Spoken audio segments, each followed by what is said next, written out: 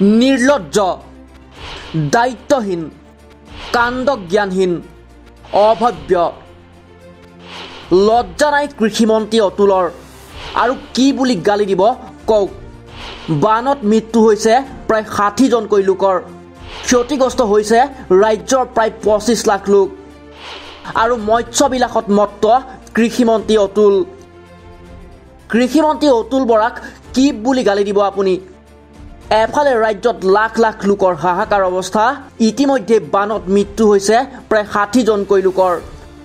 দিক বিদিক ঘেৰুৱাই পেলাইছে লাখ লাখ লোকে। পোৱা নাই পৰ্যাপ্ত ক্ষতিপূৰণ, পোৱা নাই পৰ্যাপ্ত বান সাহাৰ্য। খেতি বাতি, মাটি বাৰী, পশুধন সকলো হেৰুৱাই হাহাকাৰ অৱস্থা ৰাজ্যৰ কৃষকসকলৰ। কিন্তু এই সময়ত কি কৰিব লাগিছিল আৰু কি কৰি আছে নিজকে গাহৰিৰ এম্বেচাডৰ বুলি দাবী কৰা এইজন কৃষিমন্ত্ৰী অতুল বৰাই। কৃষিমন্ত্ৰী অতুলে এয়া কি কৰি আছে চাওক।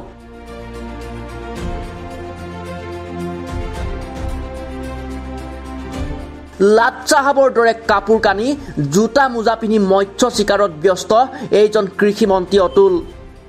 জাল মাৰি মৎস্য চিকাৰত ব্যস্ত অতুল বৰা। এই সময়ত কৃষিমন্ত্ৰীয়ে এইবোৰ কৰ্মকাণ্ড কৰিবলৈ লাজ নেপালেও নিশ্চয় লাজ পাব সচেতন সমাজে।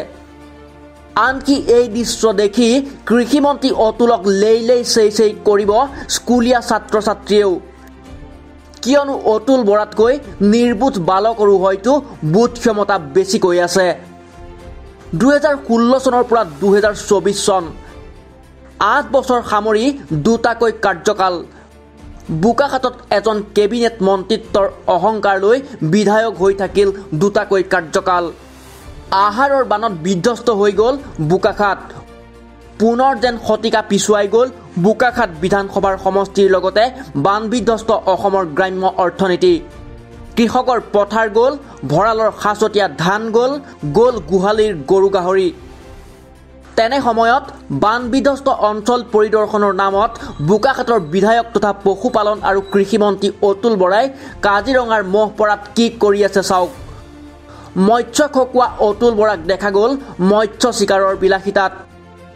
গৃহ সমষ্টিটোৰ হাজাৰ হাজাৰ মানুহৰ য'ত স্কন্দনৰ উৰ পৰা নাই, য'ত জ্বলা নাই ভোকৰ চৌকা, অনাহাৰী শিশুৰ শুকান ওঠত পৰা নাই পিয়াহৰ এটুপি পৰিষ্কাৰ পানী, তেনে সময়ত এজন দায়িত্বশীল কেবিনেট মন্ত্ৰীৰ এই বিলাসিতাক কি দিব পৰা যায় শিৰোনাম।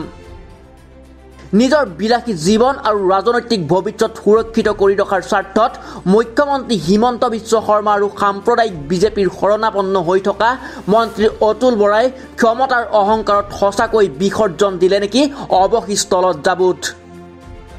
কৃষিমন্ত্ৰিত্বৰ ফুপুলা অহমিকাৰে ৮টা বছৰ বোকাখাতৰ গাদী দখল কৰি থাকি কি কৰিলে এইজন মন্ত্ৰী অতুল বৰাই।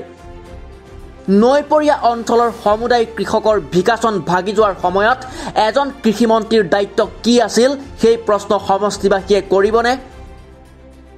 শেষত এটাই প্ৰশ্ন, সঁচাকৈয়ে নিজৰ লজ্জা, নিজৰ বিবেক বোধ, দায়িত্ব জ্ঞান সকলোবোৰ নাগপুৰত বন্ধকত দি থৈ আহিল নেকি জাতিৰ গাদ্দাৰ অতুল বৰাই। বোকাখাতৰ পৰা পল্লৱ হাজৰিকাৰ সহযোগত news desk report the opinion.